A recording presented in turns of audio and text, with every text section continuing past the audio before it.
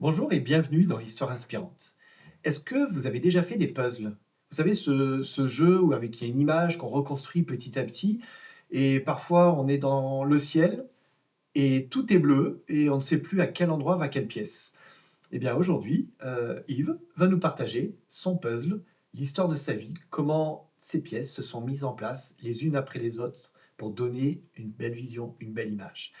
Je reçois Yves dans Histoire inspirante.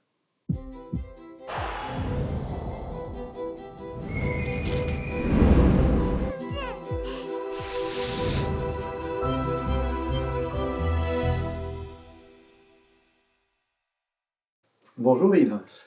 Bonjour Philippe. Heureux de te retrouver dans cette émission d'Histoire inspirante. Ah ben, tu as réussi à me trouver alors, hein. Oui, je viens d'accepter de venir te retrouver, c'est sympa. Tu as accepté, ça a été une bataille de plusieurs mois. Ah oui, on n'habite pas à côté l'un l'autre, hein. C'est pas que tu n'étais pas d'accord, c'est juste qu'il fallait trouver le bon C'est moment. vrai, ouais. Mais en même temps, bon, on en parlera certainement, mais l'intervieweur interviewé, c'est pas ma tasse de thé non plus. Oui, c'est ce que j'allais dire. Alors, tu voulais pas être de ce côté-là du micro, alors je te Ouais. rassure, c'est la même chose, hein, que ce soit de mon côté ou pas. C'est vrai. Mais c'est moi qui pose les questions, Yves, aujourd'hui. Bon, ben, je vais essayer de ça, y répondre. Alors, pour nos auditeurs, Yves, pendant des années, pendant de nombreuses années, un peu plus de 20 ans, Oh là, même bien plus de 20 je ans. dirais un petit double. Voilà, tu posais les questions au Ouais. micro de différentes radios associatives, Ouais. à différents niveaux, dans différents pays aussi. Et aujourd'hui, c'est moi qui vais te poser des questions. Ou en tout cas, peut-être c'est toi qui vas parler de toi dans cette émission d'Histoire inspirante. Ça, c'est plus compliqué hein, quand même, hein, de se livrer, de se dévoiler. Alors, on va déjà dire ton parcours. Tu as été, parce que j'ai calculé tout à l'heure, Ah oui. employé à l'URSSAF. Tu me dis si je me trompe. C'est vrai, c'était le début de ma carrière, ça, oui, effectivement. Tu as travaillé dans le monde de l'édition, Exactement, oui. dans une radio locale, dans plusieurs radios locales. Oui, tout à fait. Alors- Une associative et une professionnelle. Alors ça, j'ai découvert ça de toi quand on a préparé cette émission. Tu as travaillé dans le béton. Oui, on m'a lancé. Ben, à un moment ouais, la carrière a toujours des fois des coupures. Ouais. Alors, grâce à Manpower, si on veut les nommer, ben, j'ai fait de l'intérim et je suis rentré chez Lafarge, Simon Lafarge. Et là, ben, j'ai appris à être contrôle qualité béton. Ben, Donc, voilà, écoute, on va voir. c'était du lourd, hein. On va voir on va voir ce parcours ensemble. Ouais. Tu nais dans une famille croyante, adventiste, Ouais. mais une famille adventiste un peu particulière quand même. Oui, d'abord, je suis né de l'autre côté de la Méditerranée, Mhm. donc on appelait les pieds noirs. Pas les pieds noirs, mais bon, c'est comme ça. Et mon père était pasteur, donc c'est vrai, on est trois enfants, on était trois enfants, nés dans une famille. Avec, quand on est enfant de pasteur, on voyage, hein. On part, alors je crois que toute la côte méditerranéenne, l'autre côte, on l'a faite. Mhm. Et puis, il y a eu les événements d'Algérie en 62. On s'est retrouvés à venir sur le continent, venir en France. Vous avez débarqué dans quelle région de France? Marseille, Mhm. Marseille, donc Noël 62. Mhm.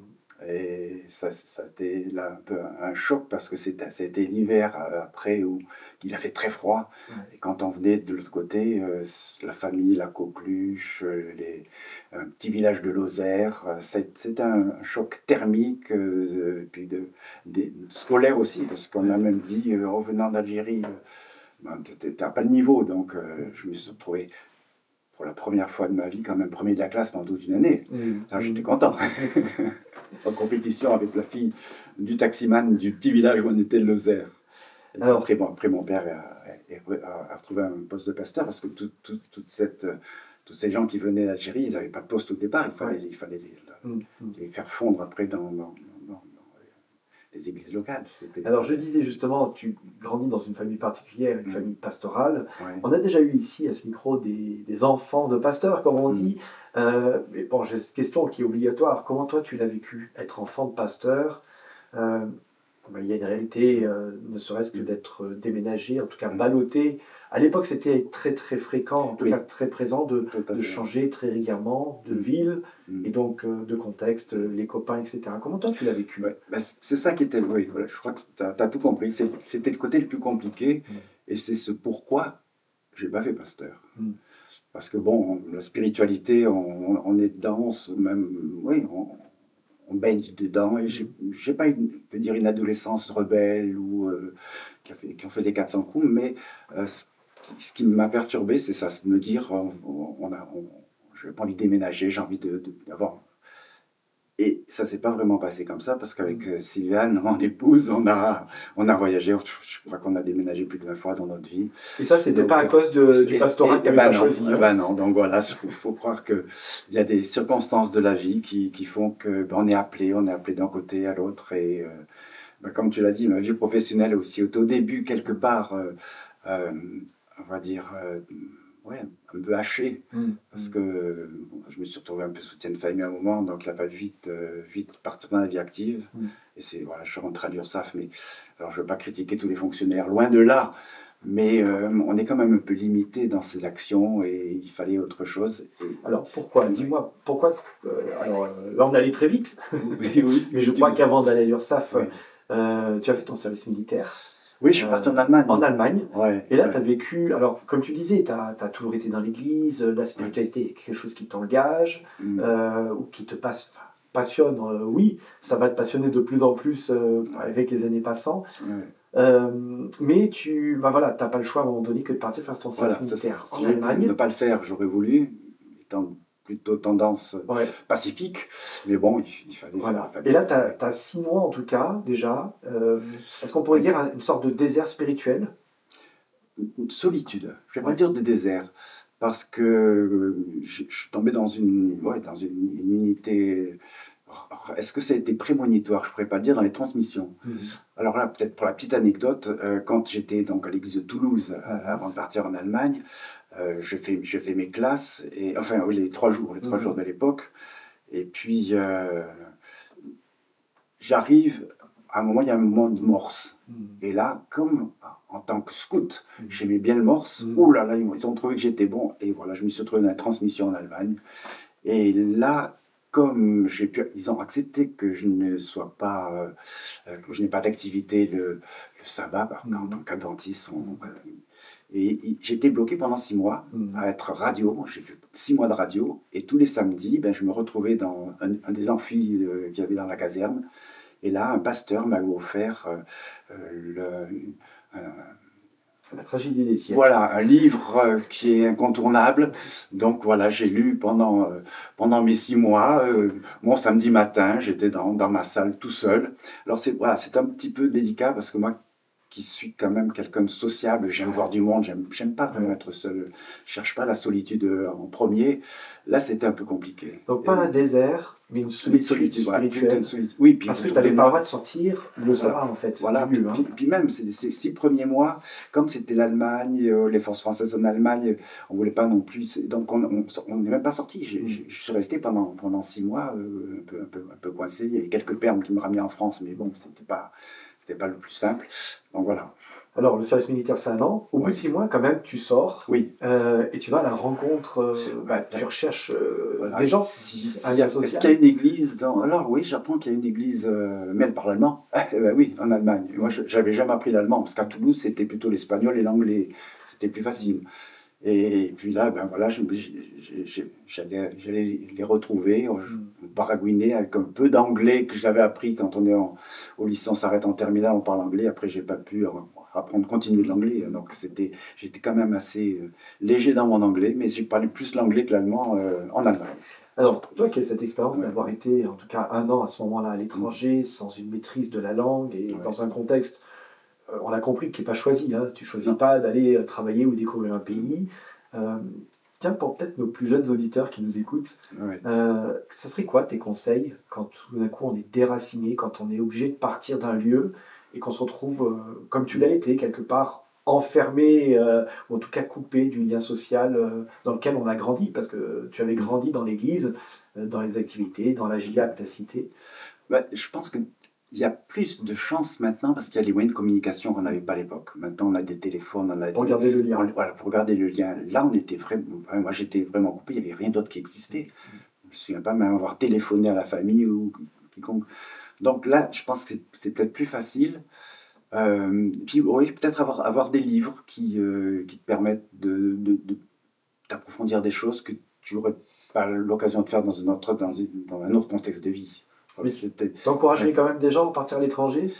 Alors ça, Me dis pas non, parce que je connais la suite de ton histoire. ouais. Hein. Il y a, donc, je dirais oui maintenant. Ouais.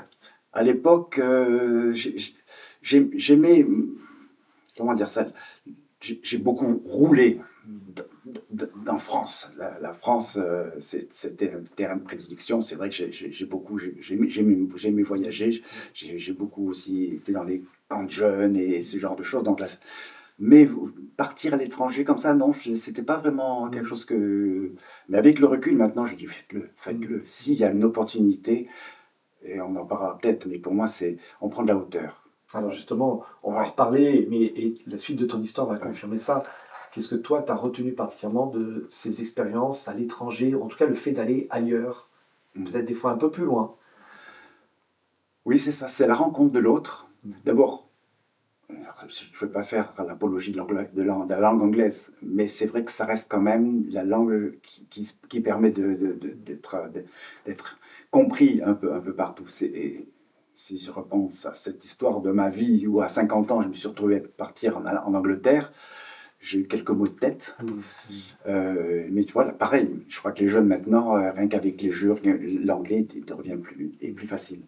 Et là, après, à voyager, euh, tous les pays que j'ai pu rencontrer, c'est pas faire du tourisme où on est dans la superficialité, on visite, c'est plutôt essayer rencontrer les locaux et vivre des choses avec les locaux.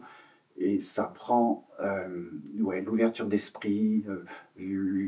Et dans chaque pays, je me suis rendu compte, il y avait des choses que je pouvais retenir, qui peuvent me servir. Et je me dis, et si même dans notre vie, si on pourrait faire telle technique, quel truc, pour un exemple tout bête, hein, je crois que c'est en Bulgarie, ouais, où dans les feux tricolores, il y a un chronomètre qui te dit, ben, je me dis, tiens, pourquoi on n'a pas ça en France?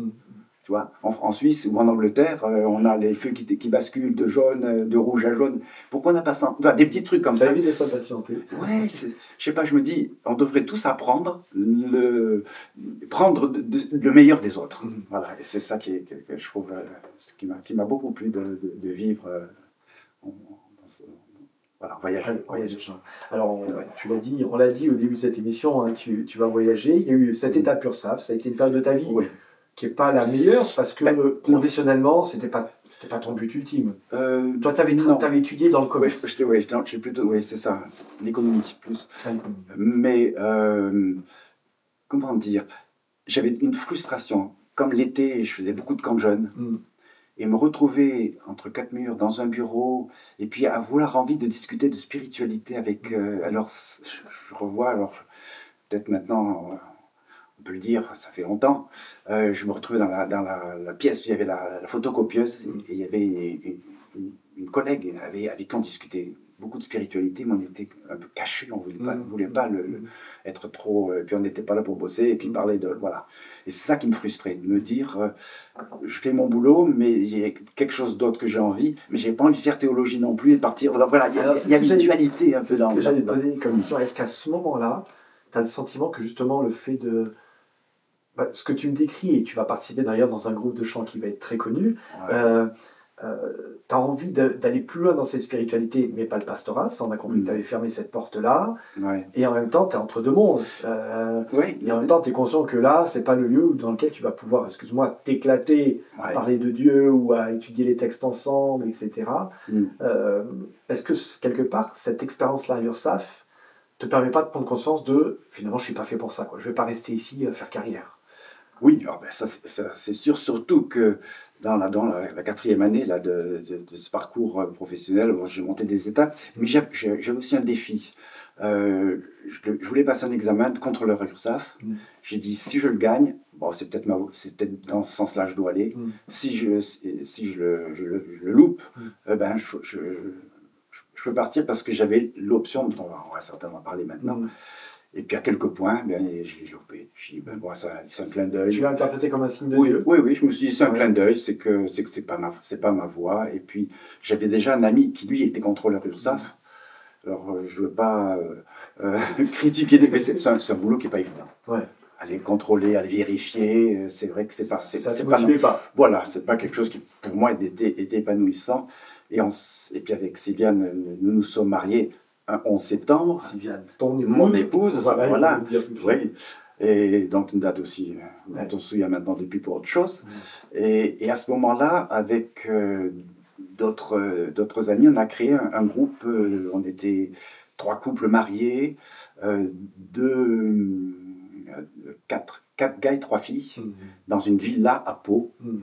C'était l'époque un peu. Allez, dis-nous, parce que je pense qu'il y a Ouais. quand même beaucoup des anciens qui écoutent cette émission, qui t'ont entendu. Comment s'appelle ce groupe? C'est ça que Ben tu veux? oui. Ah ben c'est le groupe Émeraude. Voilà, c'est le groupe Emeraude, Voilà. qui a été à l'origine de beaucoup de chants dans le recueil, enfin les différents recueils de Ouais. la jeunesse adventiste, Tout à fait. différents Tout à fait. chants pour les jeunes, dans les colos, dans les activités, Exact. qui sont des chants à parole, qui sont avec des rythmes simples, Mm. mais qui restent gravés dans nos mémoires. Ouais. Allez, donne-nous quelques titres pour que les gens se souviennent de ces titres-là. Pour les plus jeunes, comme ça, eux qui ne te connaissent pas, qui vous ont pas entendu chanter. Il y a J'aime les gosses, un chant de Christian Lachenal. Oui, parce qu'on avait aussi enregistré un album, et puis là aussi c'était une première.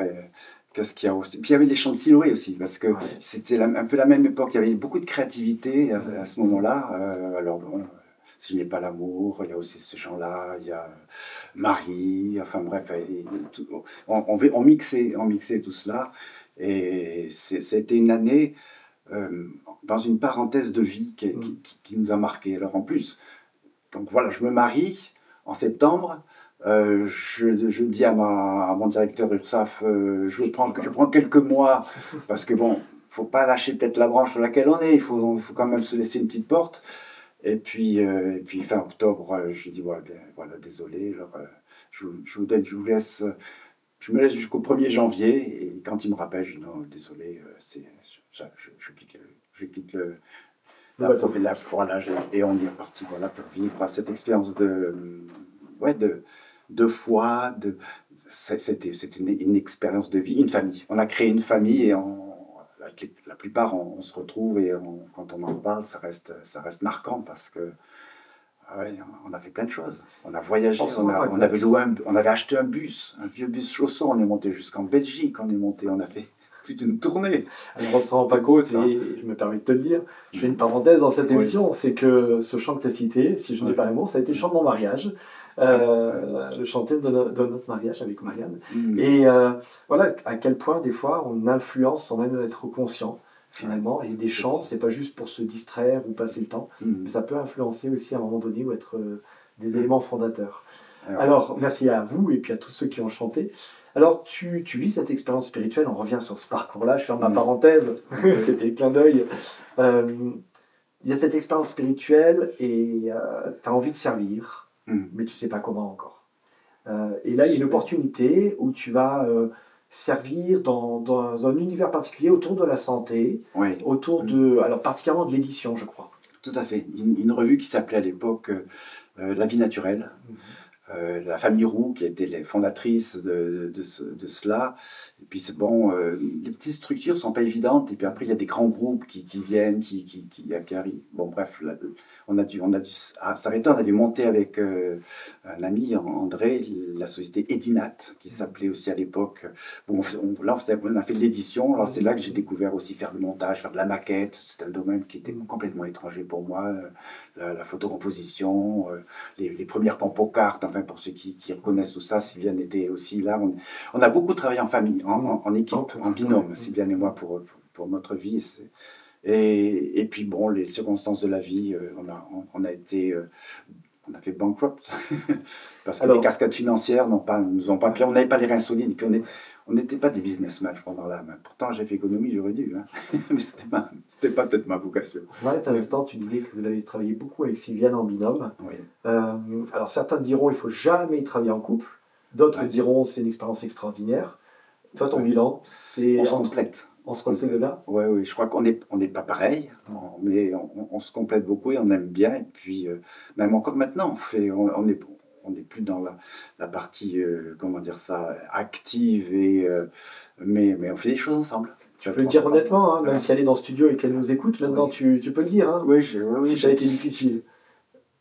Non, je ne Non. peux pas dire. Je peux pas dire que non, non, non, je crois pas. Je vois pas de moment où on s'est engueulé, et puis quand on s'est tourné le dos, et puis non, Alors, non, qu'est-ce qui, non. selon toi, a fait que ça a marché? Que vous puissiez travailler ensemble pour servir Dieu, finalement? Euh, la musique déjà, Mm. qui est un élément fédérateur formidable.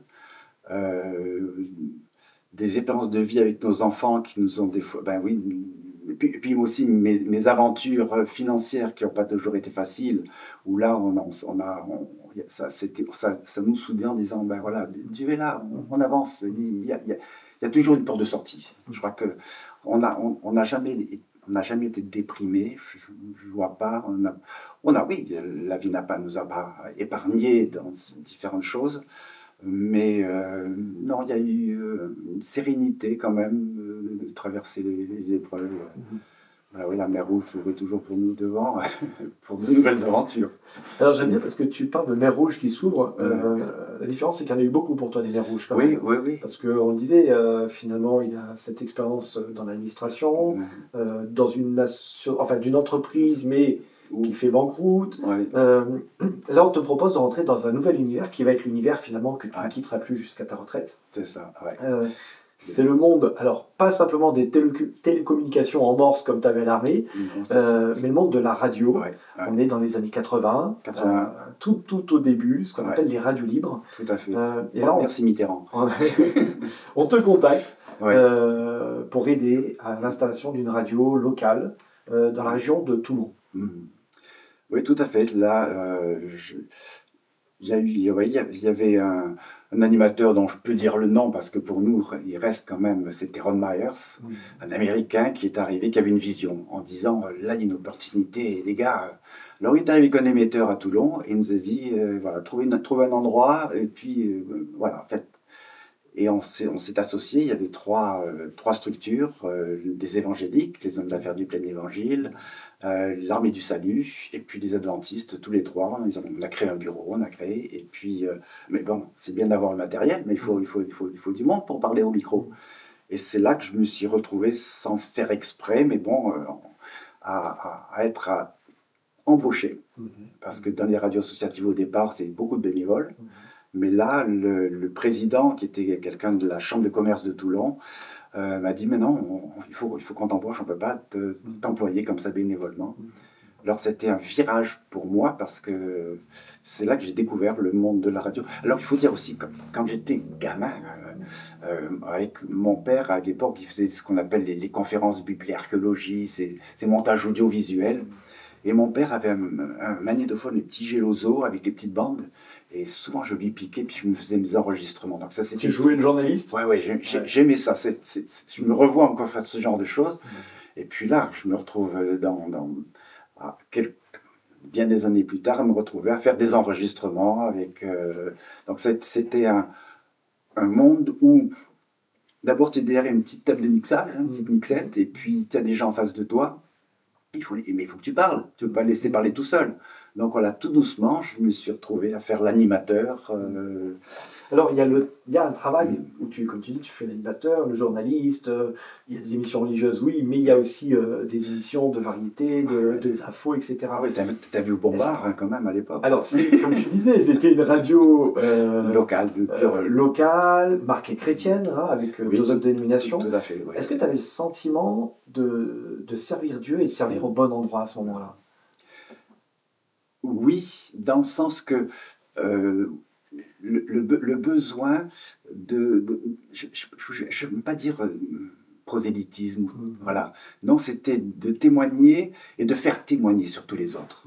Et je crois que chacun a une expérience de vie, et c'est ce que j'aime à dire, ce qu'on dit résonne automatiquement vers une personne. C'est ce qu'on appelle une émission de témoignage, comme Histoire inspirante, non?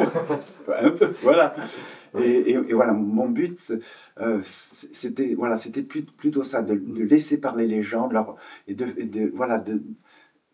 c'est une chose que j'ai apprise à développer dans mes formations. Moi, c'était ce que tu es là maintenant, tu es un médecin accoucheur. Hein, voilà, c'est ça. Aider l'autre à exprimer ce qu'il a envie de dire. Et c'est ça que j'ai découvert et j'ai eu des expériences fabuleuses. On a eu des fous rires. Je me souviens qu'avec un animateur, on a eu donc tous les autres étaient bénévoles. J'étais le seul permanent. Et un jour, voilà, on fait une émission et puis il y a un fou rire pas possible. Et quand c'est en direct, eh ben, bon, il n'y avait pas l'image quand même, hein, donc c'était bien. Mais on se mettait chacun de l'autre côté de la table. On pouvait dès qu'on se relevait, qu'on se regardait, on pouffait de rire. Donc voilà, j'ai eu des très belles expériences à Toulon dans cette radio. Et puis après, bon, les choses se sont un petit peu dégradées. Il y a eu quelques phénomènes de personnes qui s'imposent et avec lesquels on n'est pas toujours d'accord. Mais bon, ça c'est la vie. On apprend. Et donc tu te sépares de cette radio, voilà, je mettais fin à votre collaboration. Voilà. Et tu reçois un appel. Non, alors, avant, on m'appelle dans une autre radio. Oui, c'est ça. C'était ça. Oui. Mais c'est ça que j'appelais déjà un appel. Oui. À servir dans une autre radio, associative toujours. Non, commerciale celle-là. Ah oui, pardon, excuse-moi. Oui, celle-là. Oui. Alors, elle s'appelait AZ Méditerranée, c'est-à-dire la radio de A à Z. Une grosse radio. Dans le Varois, commercial, toujours à Toulon. Depuis, on émettait depuis l'eau du Faron, on a arrosé jusqu'à Perpignan. Enfin bref, c'était le gros truc. Mais bon, ils ont eu les yeux plus gros que le ventre, on va dire, et puis des cascades, on va dire, un peu douloureuses, pas très honnêtes dans leur vie, qui ont fait que la radio, elle a capoté. Alors je dis, moi, la radio, c'est fini. Hein. Ne me parlez plus de radio, j'ai une famille, j'ai des enfants, arrêtons de bricoler, il faut faire autre chose. Alors tiens, je vais te poser une question, parce que tu me tends la perche maintenant, ce n'était pas prévu. Tes enfants, à ce moment-là, ils voient maman, papa servir régulièrement dans des œuvres pour l'Église ou indirectement pour l'Église. Est-ce qu'à un moment donné, ils se disent, bon, vos histoires là de servir l'Église, etc., dans ce que tu as développé, il y a une forme d'insécurité quand même qui apparaît. Est-ce qu'à un moment donné, eux, ils ressentent ou quelque chose par rapport à ça, ou vous peut-être vous êtes mal à l'aise par rapport à ça aussi? Je sais pas. À ce moment-là, c'était pas simple parce que avec nos enfants, c'était la chose pour moi, c'est après avec le recul, je me suis dit, quand on se lance avec passion dans quelque chose, quelque part, on frustre la famille. Et l'adolescence de mes garçons, je l'ai pas beaucoup vue. Et c'est ça aussi qui est difficile. Et je crois que tout professionnel, je me dis, est-ce qu'on réussit sa vie de famille ou on réussit sa vie professionnelle? Il y a un choix qui n'est pas simple à vivre. Et c'est pour ça que maintenant je me retape avec les petits-enfants. Mais du coup, ça aide les enfants aussi. Oui, c'est vrai. Mais il y a eu quand même des frustrations et des choses que si je devais faire marche arrière, un rewind dans ma vie, peut-être je ne ferais pas la même chose. Je préfère. Servir Dieu, c'est moi qui le dis comme ça, en tant que pasteur aussi, peut-être servir Dieu c'est bien, mais Dieu ne nous demande pas de sacrifier notre famille. Quoi. Oui, c'est ça. Et, on se donnait à fond. Je revois même, parce que dans ces radios-là, c'était des Revox, on faisait tourner les bandes, je faisais du direct, mais à un moment j'appuie sur pause pour dire l'heure, pour pas que ça... Et ces bandes-là repassaient la nuit et tout. Puis les gens appelaient en pleine nuit, les gens appellent, et puis moi je prenais... Et maintenant, tu peux m'appeler en pleine nuit, je te réponds comme si c'est maintenant. Tu vois, j'ai appris ce genre de choses, mais je me dis, pour la famille, c'était quand même difficile. Là, il y a eu... j'aurais voulu quand même être plus proche, suivre. Et puis bon, Sylviane était... Voilà, le couple a quand même bien fonctionné pour s'occuper de nos loulous. Ouais. Tu quittes cette radio associative, enfin de force, puisque de toute façon elle n'existe plus, enfin cette radio commerciale, pardon, où là tu reçois un appel, ça y est, j'y arrive, un appel pour une autre radio locale, alors cette fois-ci c'est dans une autre région, mais en même temps ça correspond à une période où vous avez envie de vous rapprocher de la Haute-Savoie. Tout à fait, c'est le Grand Nord pour moi, parce que de Toulon, pour moi, au-dessus d'Aix-en-Provence, c'était le Nord. C'est le Nord. Ah oui. Pour ceux qui ont la référence des skis. Voilà, oui. Ouais. Et c'est vrai qu'on s'est retrouvés donc en 91 à arriver à Annecy. Radio Selnos, qui est une radio locale qui existe toujours, qui émet toujours sur le bassin messien et la région de Rumilly aussi. Une radio locale qui est aussi, alors qui a été créée dans le même mouvement des radios dans les années 80, qui est en pleine effervescence. Quand tu arrives à Radio Selnos, vous êtes 3-4 salariés. Oui, on était jusqu'à 4 salariés à l'époque. Voilà. Deux journalistes et puis secrétaires et techniciens. Peut-être là la grande différence par rapport à la première radio associative chrétienne à Toulon, dans laquelle tu as travaillé, c'est que celle-ci, elle a été fondée À ce moment-là, elle est dirigée aussi par des adventistes. Ouais. C'est une radio d'inspiration adventiste, mais qui, Mais ouverte. voilà, très qui est extrêmement ouverte sur la cité, Ouais, sur la ouais, ville, ouais. mais en même temps qui diffuse pleinement non seulement les valeurs d'évangile, mais les valeurs aussi adventistes autour, par exemple, de la santé. Mm. Là, tu arrives dans une radio, j'imagine, quand passer de la radio commerciale à la radio, on va la dire adventiste, hein, pour simplifier, Ouais. là, c'est un grand écart quand même, non? Oui, Je te rappelle que tu avais dit il y a quelques instants plus de radio. Hein. c'est ça. Voilà. Voilà, mais je suis arrivé dans une équipe qui était bienveillante, qui m'a accueilli, déjà, qui m'a tout doucement me disait qu'il y avait des noms, il fallait que je me méfie de ce que je disais, parce que la prononciation du savoyard, c'est pas les mêmes que celle du toulonnais. Tu mettais des Y un peu de partout. Ouais, c'était un peu. Mais comme mon fils qui disait le peng, ah ben non, on dit pas le peng maintenant. Et voilà, donc maintenant c'était. Et puis j'ai eu la chance qu'il y avait le journaliste qui était qui partait et m'a beaucoup accompagné dans les conférences de presse. Lui était passé dans une autre radio, donc j'étais un peu son poulain quelque part. J'ai eu ce bon passage, parce qu'après quand on fait partie du club de la presse, on est là et qu'on a. Oui, on rentre dans un club. Et un club, il faut faire un petit peu sa place. Donc au début, quand tu es parrainé par quelqu'un, c'est plus agréable. Et puis l'équipe était bienveillante.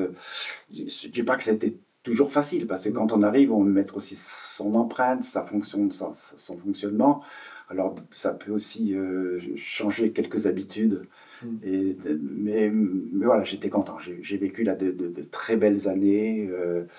Fatigante, éprouvante aussi, il faut le dire, parce que quand on est dans une radio locale, il y a la partie d'information, il y a les animateurs, et mon objectif était toujours de dire, les animateurs apportent quelque chose, mais il faut qu'ils reçoivent quelque chose. Ils ne sont pas là que pour donner, parce que si on donne trop, au bout d'un moment, on se fatigue.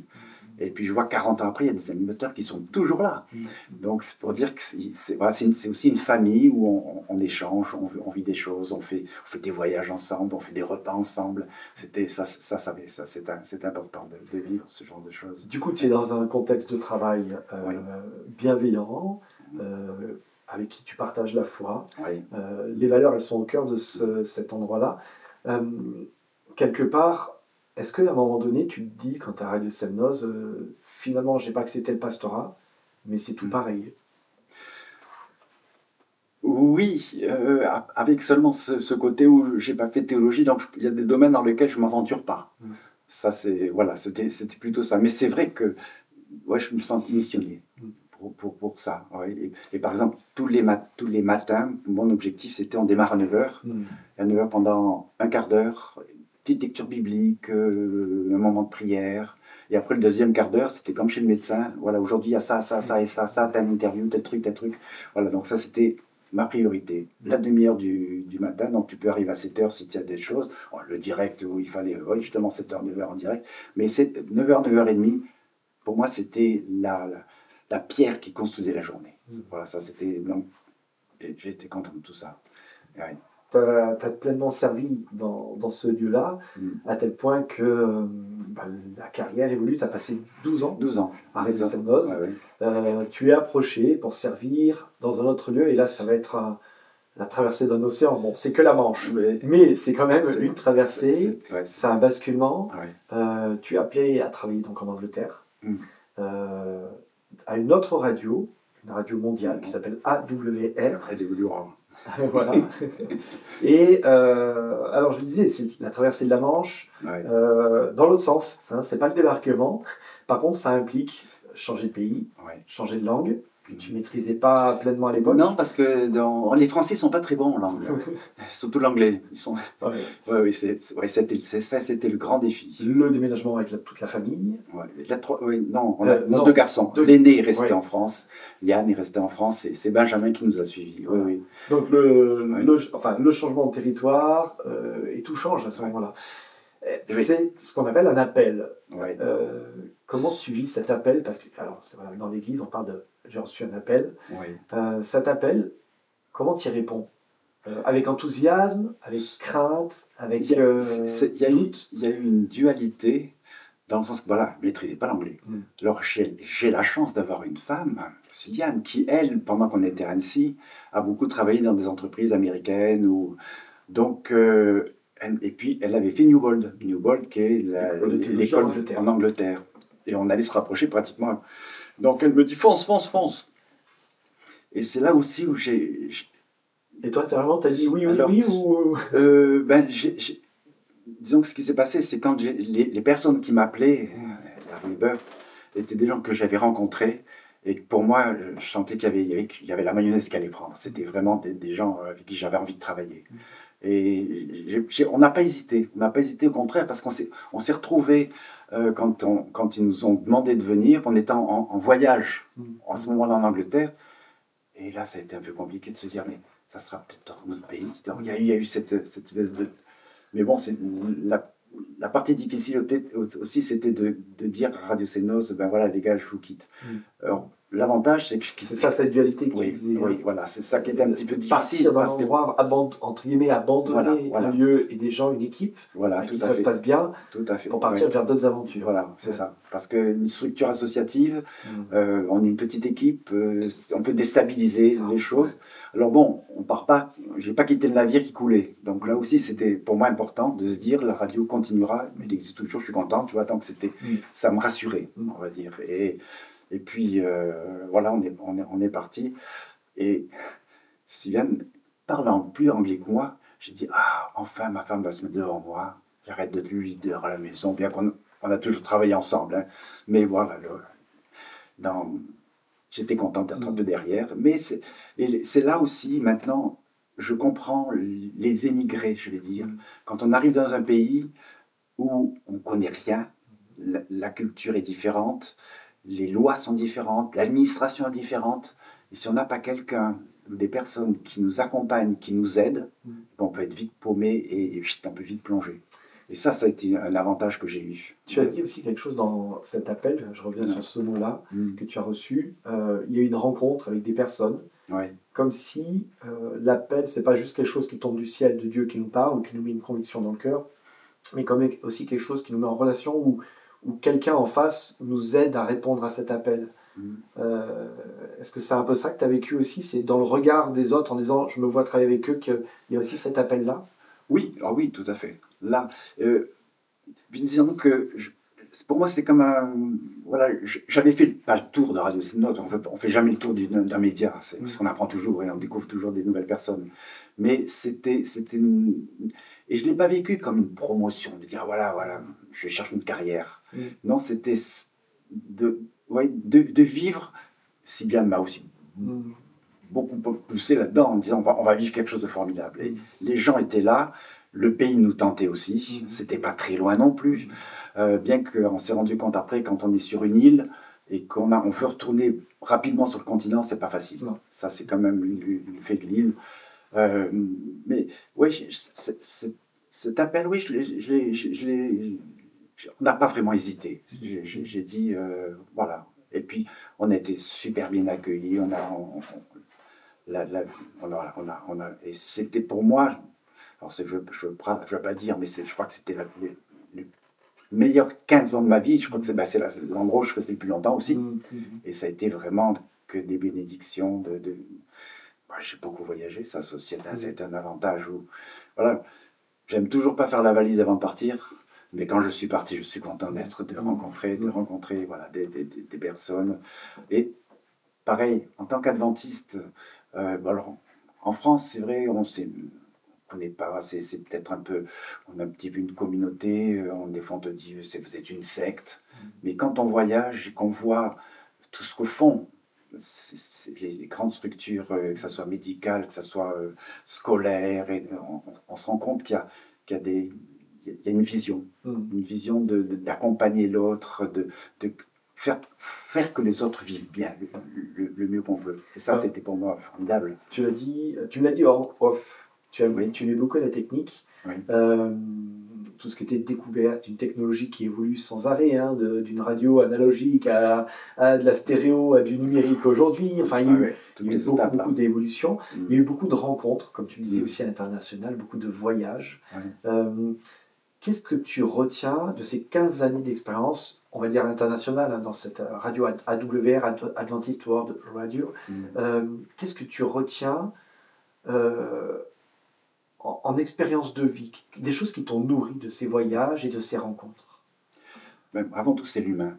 La technique, pour moi, c'est vrai, elle est importante. Et ma formation, c'était ça, c'était de former. Plus dans le journalisme que dans la technique. J'avais mon ingénieur pour ça, pour la technique. Mais c'était la relation humaine. D'apprendre comment, oui, comment apporter la foi de l'évangile, enfin la joie de cette liberté aux autres, et de voir que ceux avec qui j'étais étaient dans la même veine. Donc on se dit comment communiquer, et voilà, pour moi c'est ça le bonheur que j'avais, et puis leur témoignage de vie, parce que il y en a qui ont aussi souffert, et qui pour qui c'était cette ouverture de communiquer, de témoigner dans leur radio, que ce soit en Afrique, que ce soit, bon, moi je ne peux pas dire. J'ai quand même fait plus de 50 pays en 15 ans. Pour moi, c'est une bénédiction de vivre ça. Jamais j'aurais pu le faire avant. Donc voilà, c'était... Ouais, j'ai eu cette grâce. Parce que je crois que c'est le mot qui revient le plus dans ma vie.